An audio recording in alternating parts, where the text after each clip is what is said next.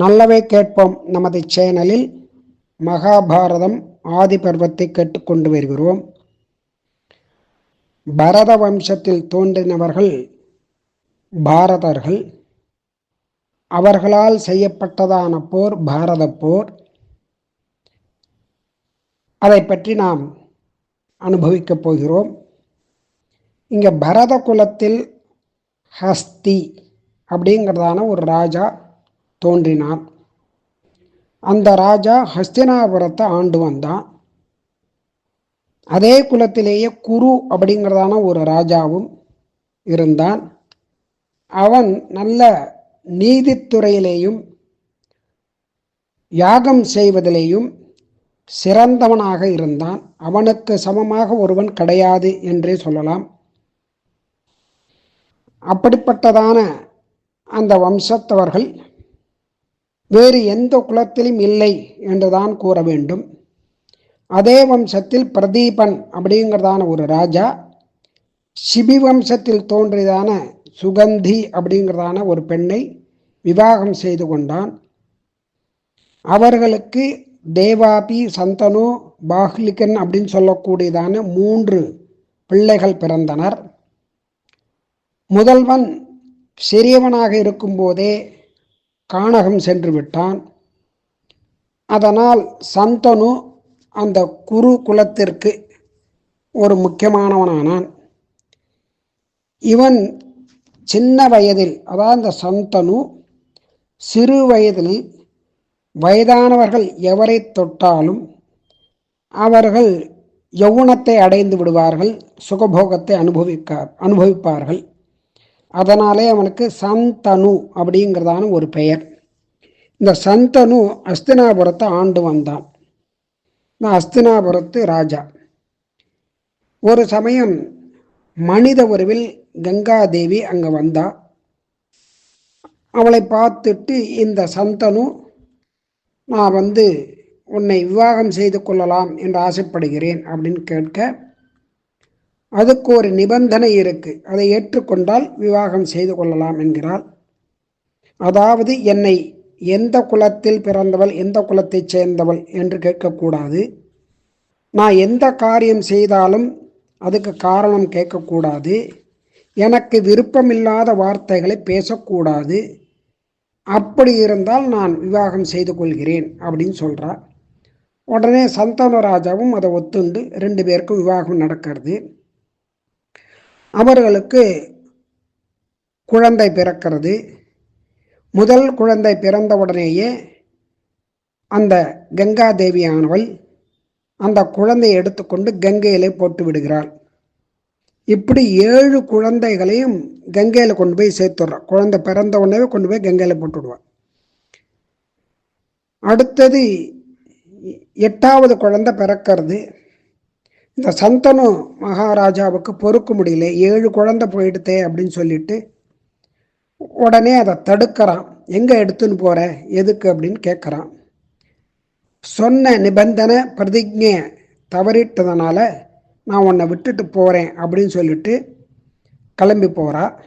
அப்படி போகிறதுக்கு முன்னால் கொஞ்ச காலம் இந்த குழந்தை என்கிட்ட இருக்கும், இது வளர்ந்த பிறகு நான் உனக்கு கொடுக்கிறேன் அப்படின்னு சொல்லிட்டு போயிடுறான். அப்படியே மறைஞ்சிடுறான், குழந்தையோட மறைஞ்சிடுறான். அந்த குழந்தை தான் பீஷ்மர்.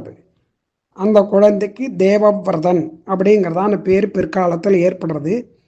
பாண்டவர்களுக்கும் கௌரவர்களுக்கும் பிதாமகராக அந்த குழந்தையானது பிற்காலத்தில் பேசப்படுறது. ஒரு நாள் அஷ்டவசுக்கள் இந்த காடுகளில் அப்படியே சஞ்சாரம் பண்ணிட்டு வரான். அஷ்டவசுக்கள் சஞ்சாரம் பண்ணுறான். அப்படி சஞ்சாரம் பண்ணும்போது வசிஷ்டருடைய ஆசிரமம், அந்த ஆசிரமத்தில் காமதேனு அதனுடைய பெண் நந்தினி 2 பசுவும் கன்றுமா அங்கே மேய்ஞ்சின்னு இருக்கு. அதனுடைய அழகை பார்த்துட்டு அவள் என்ன பண்ணுறா, அந்த வசிஷ்டர் இல்லாத சமயம் பார்த்து அந்த 2ஐயும் அழிச்சின்னு போயிடுறா.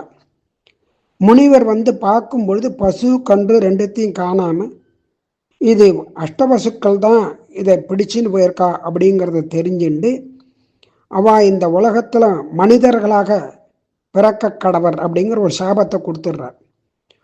உடனே அவெல்லாம் ஓடி வந்து வசிஷ்டர் இடத்துல மன்னிப்பு கேட்குறா. அப்போ இந்த பசுவை கொண்டு போனவன் பிரபாசன் அப்படிங்கிறதான அஷ்டவசுக்களில் ஒருவனானவன் நீண்ட காலம் இந்த பூமியில் வசிப்பான் அப்படின்னு சொல்கிறார். மற்றவெல்லாம் பிறந்த உடனேயே அவளுக்கு விடுதலை கிடைத்து விடும் அப்படின்னு சொல்கிறார். அப்படி தான் அந்த கங்காதேவியானவள் அவளுக்கு தாயாக இருந்து 7 அஷ்டவசுக்களில் 7 குழந்தை பிறந்த உடனே போயிடுறது, 8வது மாத்திரம் அங்கே இருக்குது. அப்படிப்பட்ட இந்த சந்தனுவுக்கு மனைவியானால் அந்த கங்கா. இந்த கங்கா தீரத்தில் கங்கைக்கரையில் ஒரு சமயம் சந்தனு ஒரு வாலிபன் வந்து ஒரு அஸ்திர பிரயோகம் பண்ணுறத பார்க்குறான். அந்த கங்கா பிரவாகத்தை தடுக்கிறது ஒரு வாலிபன் ஒரு அஸ்திர பிரயோகம் பானப்பிரயோகம் பண்ணுறான். அது கங்கா பிரவாகத்தை தடுத்து நிறுத்துறது. அதை பார்க்குறான் அந்த சந்தனு மகாராஜா.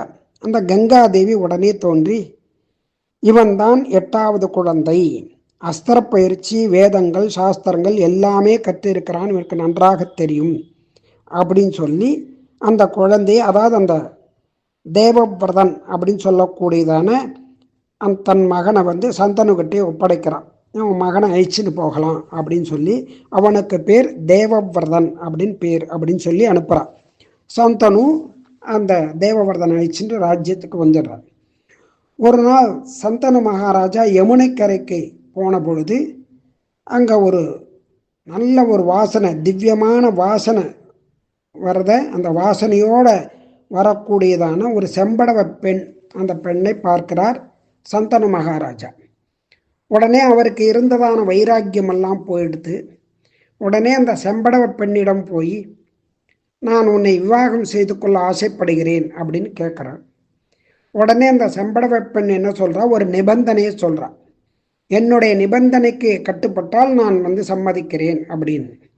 அதாவது எனக்கு பிறக்கக்கூடியதான குழந்தை அவனுக்கு தான் இந்த ராஜ்யத்தை கொடுக்கணும், ராஜ்ய பட்டாபிஷேகம் பண்ணி வைக்கணும் அப்படின்னு கேட்குறான். தேவவிரதனை விட்டுட்டு எப்படி இந்த காரியத்தை நான் பண்ண முடியும் அப்படின்னு அவர் வருத்தத்தோட அஸ்தினாபுரம் வந்துடுறார். ரொம்ப வருத்தமாக இருந்தனால அவர் உடம்பெல்லாம் இழைச்சி போகிறது, அப்படியே வாடி போகிறார். இதை பார்த்ததான தேவவிரதன் தந்தையினிடத்தில் போய் என்ன வருத்தத்துக்கு என்ன காரணம் அப்படின்னு கேட்குறார். இப்போ இந்த மாதிரின்னு விஷயத்தை சொன்ன உடனே அந்த சம்படவனுடைய அந்த வீட்டுக்கு சென்று அவனுடைய பெண், சம்படவ பெண், அவளுக்கு சத்தியவதி அப்படின்னு பேர். அந்த சத்தியவதியை சந்தனு மகாராஜாக்கு நீங்கள் விவாகம் செய்து கொடுக்க வேண்டும், அதுக்கு நான் தடையாக இருக்க மாட்டேன், நான் வந்து பிரம்மச்சாரிய விரதத்தை நான் இன்னிலேருந்தே கடைபிடிக்கிறேன், ஆனால் பிரம்மச்சரியத்தோடு இருக்கேன், அதனால் நீங்கள் அதை பற்றி கவலைப்பட வேண்டாம், உங்களுக்கு பிறக்கக்கூடிய குழந்தைக்கே ராஜ்யத்தை பட்டாபிஷேகம் பண்ணி வைக்கலாம் அப்படின்னு சொல்கிறார். அந்த ஒரு சபதத்தை எடுத்துக்கிறார், இன்று முதல் நான் பிரம்மச்சாரி விரதத்தை கடைபிடிக்க போகிறேன் அப்படின்னு. உடனே தேவர்கள்லாம் பூ மாறி பொழியிறா. அந்த தேவவர்தனுக்கு பீஷ்மன் அப்படிங்கிறதான ஒரு பேரை சொல்கிறாவெல்லாம். அதாவது அற்புதமான ஒரு செயலை செஞ்சதுனால பீஷ்மன் அப்படிங்கிறதான ஒரு பேர். சத்தியவதிக்கும் சந்தனுவுக்கும் விவாகம் நடக்கிறது. அதன் பிறகு அவளுக்கு 2 பிள்ளைகள், குமாரர்கள் பிறக்கிறார்கள். ஒருத்தன் சித்திராங்கதன், இன்னொருத்தன் விசித்திர வீரியன். சித்திராங்கதன் ஒரு சமயம் கந்தர்வனோடு சண்டை போட்டு அதில் மரணத்தை அடைகிறான். விசித்திர வீரியனுக்கு ராஜ்ய பட்டாபிஷேகம் நடக்கிறது.